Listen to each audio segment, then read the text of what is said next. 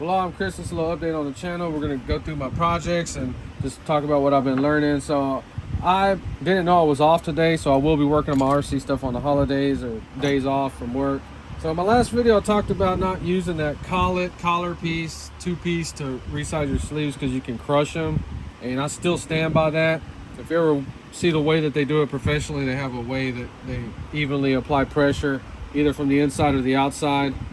So the good news is if you do crush yours, like this was out of round, Ray Racing was able to get it back in round and save it. So that saved the day. I didn't know that. So the hot body's 26, we're about to put it back together, and that's freaking awesome. That made my day. So I had my first little misunderstanding with Ray Racing. If you're gonna send them stuff or send anybody stuff, you gotta label it very clearly.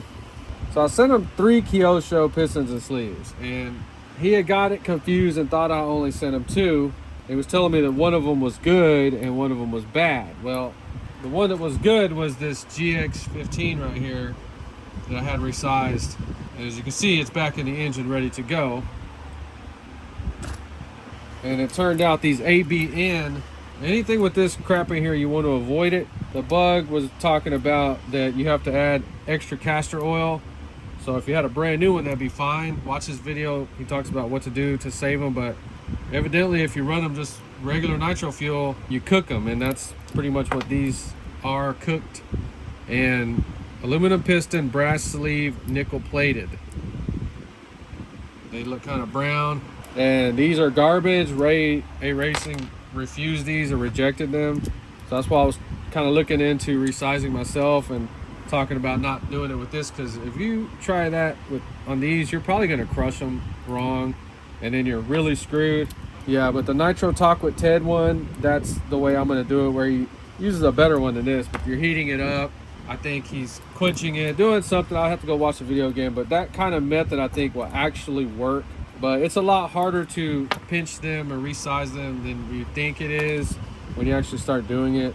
But these 2 right here, we will do a video 100% on trying to resize these and just seeing if they'll run a little bit. But they do have deep scratches and they are screwed up. But just letting you know, ABN sucks. I hate ABN.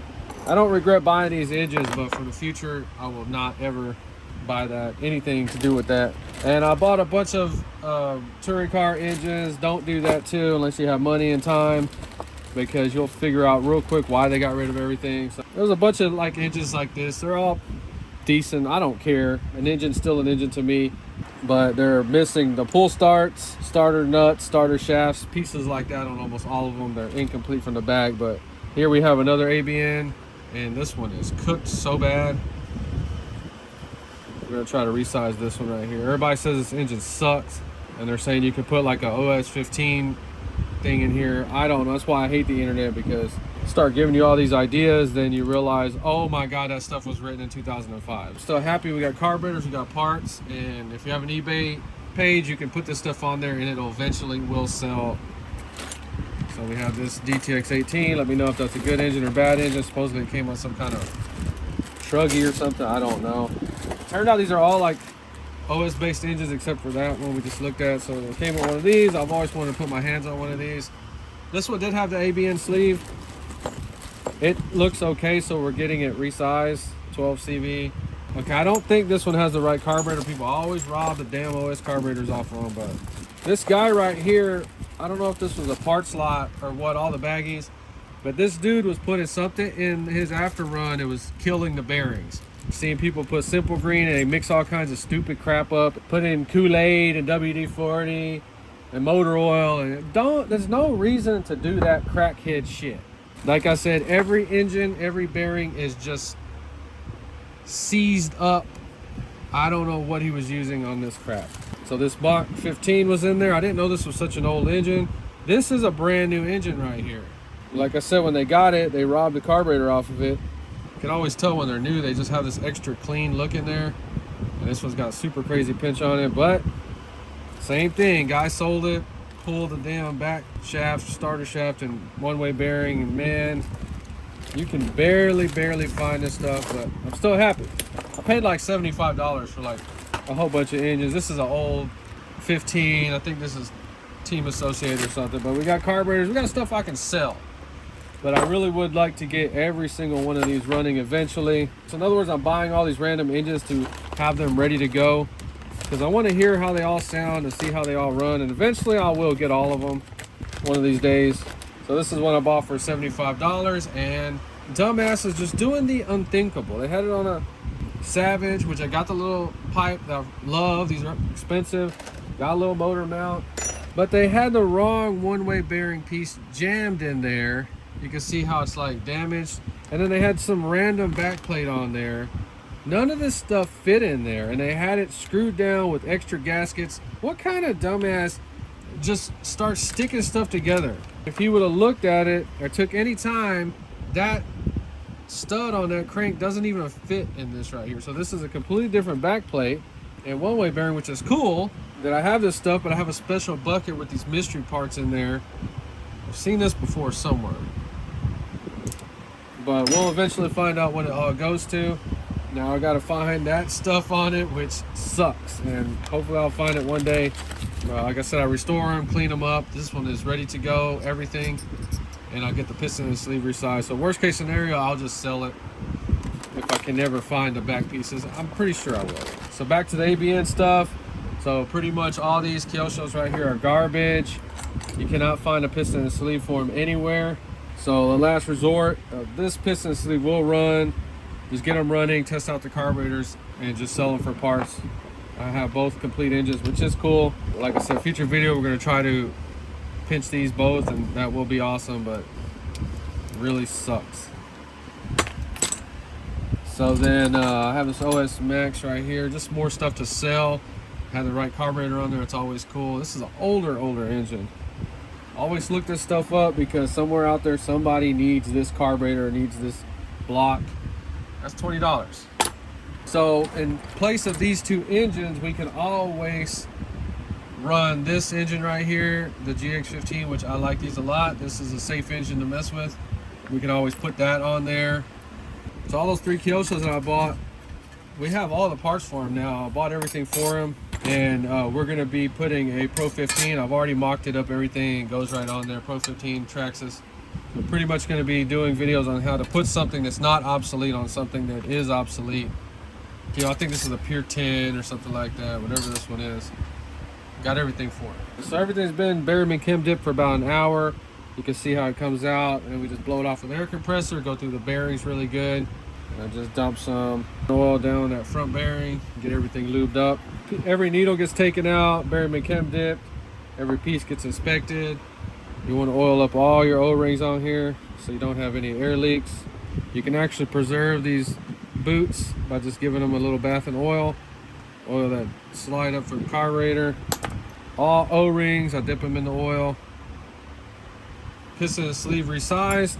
You want to go on both sides of that wrist pin and pour some oil in there. This stuff is all dry, and then I just dip that whole piece in there like that in oil. Light oil around the sleeve. Okay, make sure you're in the right orientation.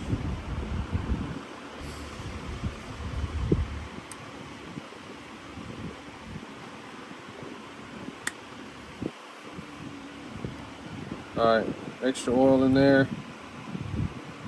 So this one's got that little pin with the spring on there. Be super careful with this. You can stretch that spring out just a little bit. Okay, now stretch that spring out just a little bit, because they'll lose their tension, and then that little pin will hang down in there, and you'll have to take the whole damn thing apart to figure that out. Make sure it's engaged. All right. And when you're putting this together, always make sure you can hear it clicking, and it's working. See, it's got a real nice click because we put just a little bit of tension on it. So this is a medium resize from RESIZING. You want to get your flywheel on there. You want to make dang dumb sure that you can spin this thing and you don't have no issues. They can over tighten them a little bit or over pinch them a little bit. Don't worry about it. But you're gonna have a little more time involved to get it back to normal, but it's still good. So this is a hot buys that was out around when Ray got it. You can see we got a crazy resize on there. This is about perfect. So I always try to put the head button back the way it goes. Sometimes I'll have dots.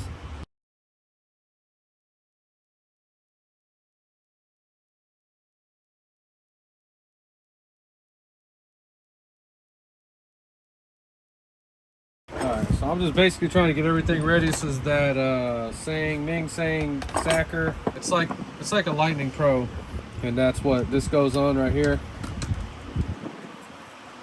Yeah, so we still have to restore this. So I just showed you, I get all the engines ready to go. So when I feel like messing with this one, it's all there, ready. Same thing with the Sportworks Mayhem you see on this channel. Those are the 2 mystery models. So this engine was done a few hours ago. OS Max RG21, it goes on this one. Resized piston and sleeve. Same thing when I get ready to restore it, it's ready to go. The Duratrax axis has been fully restored. So that's that Duratrax Torque or Force 21 in there. Resized, ready to go. New tires on there, I still have to glue them. We have a fake spoiler on there, or wing. The original was cracked, but we're gonna put some stickers on there, but just showing you the Duratrax axis is ready to go hit the streets up again. This thing is awesome now. Got the Thunder Tiger Mirage, resized piston and sleeve. This thing is ready to go. Pro 21R. Yeah, this is the one we're gonna play around with a little supercharger on there and see if it does anything. You know, so this is how my stuff's looking now. We have engines just ready to go. We have pistons and sleeves, 2.5s. Traxxas just ready to go. And then we have the bin of new engines that are ready to go, resized. 3.3s freshly resized, just waiting to go in something. Pro 15 resized, ready to go. These are all like brand new engines. They'll all run perfect. I'm just so happy I'm at this point now. Same thing, we're gonna be doing a lot of stuff with Pro 15s. Those are not junk engines, don't give up on them. They're not trash. They are badass engines. You can still buy like 95% of the stuff for them. You can see I have a whole bunch of them here. Pistons and sleeves, resized, ready to go. I don't play games anymore. Yeah, I bought a drag Jado that had a freaking HPI 5.9 in there. I had it resized. So now I have 2 backup 5.9s. This one is, I think it's a good one. I never ran it, but it has crazy pinch. That doesn't mean anything. But this one has been resized, so this is badass. This is a K4.6 with a brand new piston and sleeve in there, just waiting to go in something. But man, I cannot wait to run this engine. Everybody wants this engine. Like, they try to buy it from me. Dude, it's got dirt all up in this damn thing. So the engines, I'm trying to go back and buy as many as I can. I'm not going to pay too much for them. You have these dumbasses that try to sell you these engines that are not tested. Just because they are what they are, they think they can ask $200 for it. I'm telling you right now, the fact that you have to go through it, check it out, and most likely the piston and sleeve are in need of a resize, $100 is about as much as I'll pay for an engine. Well, a special engine, not just any freaking engine, but that's 21 for a Savage. Oh, so this is the one that little spring jumped out, I had to buy one. I did find it, but that can be horrible when that happens to you. But this is the 21 for my 21 that has a 5.9 on it. So I still haven't touched my Savages. I have not ran one yet. So I've been running my 2-speed slash with the Jado butt part on it. That thing is badass. We're gonna do a video talking about it on why they never made a 2-speed slash, because they really didn't have to. It doesn't need 2 speeds. And then this is my classic T-Max that I've restored, one of my early restorations. And you see that body that people were talking crap about it. You see how awesome it looks like. Just like the box art. That was the whole plan from the beginning. And this is a fully restored Pro 15 that we're going to be doing running videos. We're not going to run it with that body on there. Absolutely not. This is my first like precious body. We're going to be running with all my custom bodies. I have every color. Those are my T-Maxes I'm going to sell. It's actually kind of funny because people are starting to be like, man, where's the T-Max? Where's the T-Max? And the truth is I kind of really don't want to sell any of them, because this was a lawyer that bought this when he was in college back in the day. He's an old man now. Well, I guess we're all old. He sold to me for like $120 or something. And this engine right here is one of the best Pro 15s, and why I stuck with Pro 15. And I want you to see this. I just randomly pulled this off a shelf. I did start it about a month ago, but we're supposed to be running it. But whenever you learn how to dial in these nitros, these things run very, very well. They start up very, very easy. And one of the things I started doing, that if you don't do this yet, you should, is you pinch them out of fuel when you shut them off, and then you take the fuel line off. So that's the bottom of it, and I ran it back to the fuel tank. So that way you can leave your fuel in there as long as you want. And then when you get ready to use it, then I connect this to the carburetor, and then we're gonna hook this back up to the fuel tank, and man, if you can remember to do that, and that's how the fuel's been in there for a month, and you watch, it's going to start up. Well, of course, since I'm bragging, it's probably not going to start now, but let's just see what happens.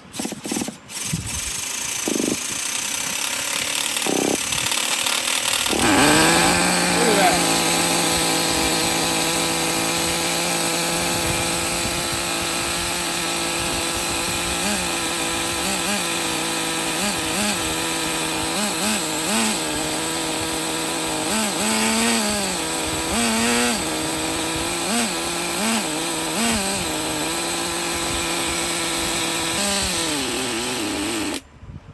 I do have new bumpers that we're going to put on this one, but this is 100% original stock.